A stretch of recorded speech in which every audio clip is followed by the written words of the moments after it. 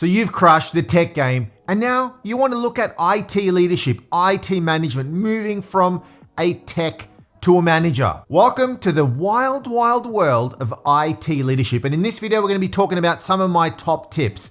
Essentially, how do we move from a tech to a manager? Now, of course, this is a long journey, but hopefully we give you a few nuggets, a few little gold nuggets that will help you out. I mean, there's lots of pros, of course, of being a manager, is that you get to call the shots.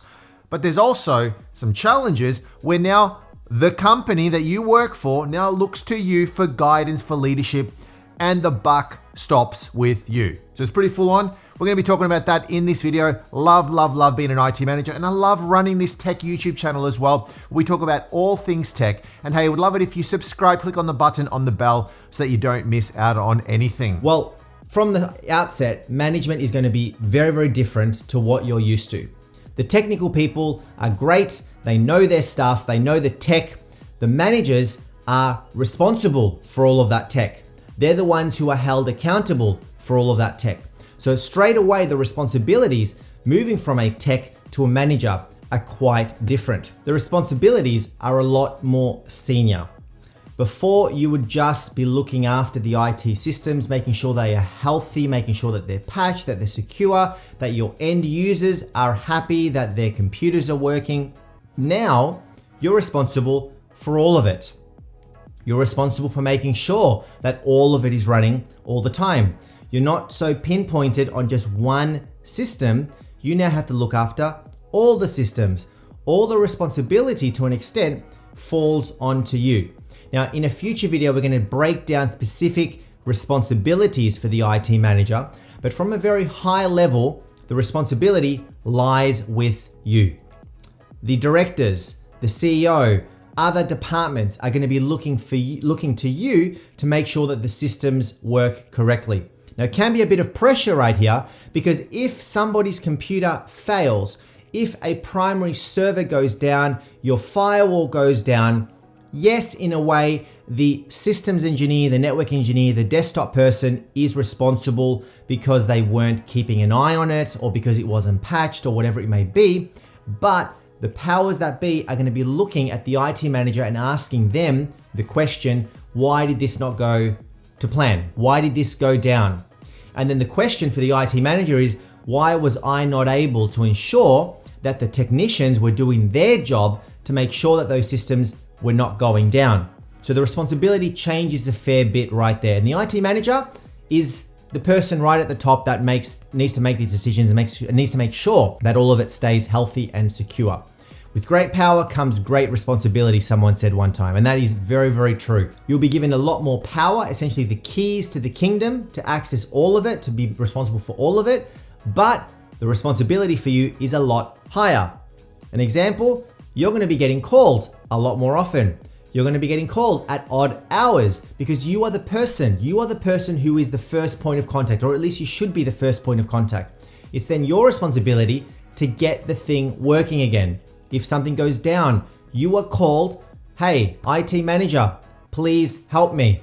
You then either fix it yourself if you have the technical know-how, or you assemble the team, you call on the team that actually has to go and fix it, all right? And then you have to then report back to tell the powers that be, we've now got the operation up and running again. So there is a lot more responsibility riding on that IT manager. Can be scary, but it's also exciting and very, very rewarding. My recommendation to anybody who's wanting to move from tech to manager is to not lose the tech element completely. Now, it's going to happen as part of the role because you're now going to be so much more busy with managerial tasks, with making sure that everything is under control, managing a lot more stuff, that you're not going to have as much time to be hands-on as you were. In the olden days, you may have had the responsibility to go and build virtual servers, to go and develop a new system. You're now not doing that directly, rather you may have other people doing it for you, right? But I still recommend to not lose that part of it. Know your stuff. Get to a point where you're not only the manager, but you can also even act as a mentor. Now, depends on the company, but a lot of IT managers will have IT techs working for them or reporting into them. So these are people that you're going to be working with together, and wouldn't it be great if you could help them, you could mentor them. You're not just the manager barking out orders, yet you go in and you help them because you've gone through that. There could be junior people, junior guys and girls in the team. They've just graduated, or they're not as skilled in a specific technology. You are an expert in it, but now you're a manager. Don't be the sort of manager who says, I'm not going to do that. That is now below me. I'm not going to get to that level. Be somebody who helps. Know your stuff, be humble, and go and help them if they need help, and act as that sort of mentor. My recommendation always is to not just be an IT manager, but be a leader. Don't be somebody who's just demanding, telling them how to do their job, but bring them along for the journey. Show them that you're in it with them. Show them that you're in the trench with them together. When something goes wrong, don't be the sort of manager who just sends out the text and then you disconnect.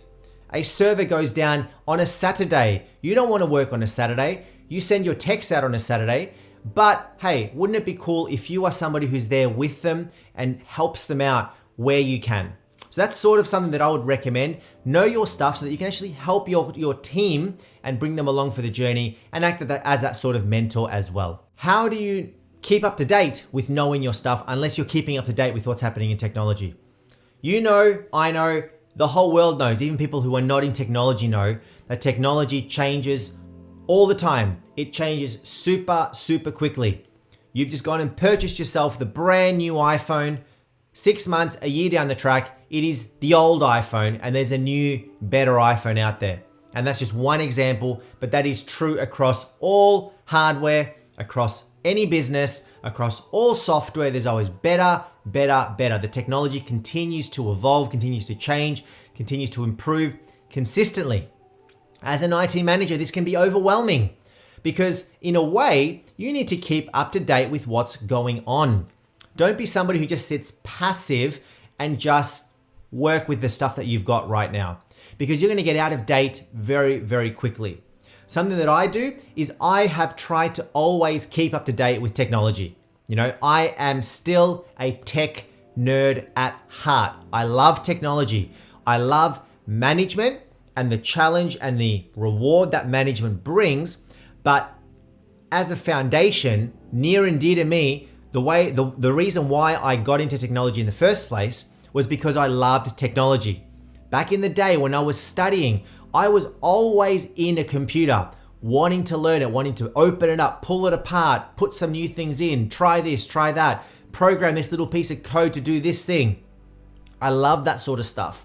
And knowing that and still being in that and keeping that fresh, I think helps you to stay fresh in the management space. So why don't you subscribe to blogs? Check out all of the IT channels that are out there in forums. Subscribe to newsletters. You know, all these vendors are releasing newsletters consistently around new product releases. Keep up to date with various websites that are focused all on IT news. There's some cool podcasts that I listen to, for example, that give you a daily tech overview of what's been released on that day or what was announced on that day, so that I can always stay up to date, even if it is from a high level, right? You don't have to go into detail and know all the intricacies of everything that has been released or everything that is upcoming, but at least so that you know high level what is on the horizon. Because it's your responsibility, which we'll talk about later, to form the IT strategy, to form the IT roadmap. Wherever you may be working, wouldn't it be great if you could bring your company with you along for the ride, right? What if you could make more money for the place that you're working, the company that you're working, because you've recommended a brand new system and that system has then brought better productivity for that company. They've been able to send out their sales guys and make more sales because they're now cutting edge. They're running the latest and greatest website. They're running the latest and greatest CRM platform, whatever it may be. Hey, wouldn't it be cool if you, as the IT manager, could be the person who knows what's going on, knows the future of what's coming, what's getting released, and then you could recommend that. So keep up to date where you can, know what's happening in the IT landscape, go to conferences. You know, it's a bit hard sometimes during, these crazy lockdown seasons, but stay up to date even virtually, get some good contacts, go to conferences, as I said, and attend sessions, attend all of this sort of stuff that will help you to at least keep up to date with what is going on. So being an IT manager pays really, really well. And hopefully this video, you learned something new so you can take the plunge and go deep into the world of IT management. But of course, your learning journey does not stop here. Becoming a manager is hard work. And then once you become a manager, to be a great manager takes even harder work. But hopefully we gave you some things that you can use in your career. Hey, thanks so much for tuning in. Do the like, comment, smash that subscription button as well. Really appreciate it. We'll see you on the next video.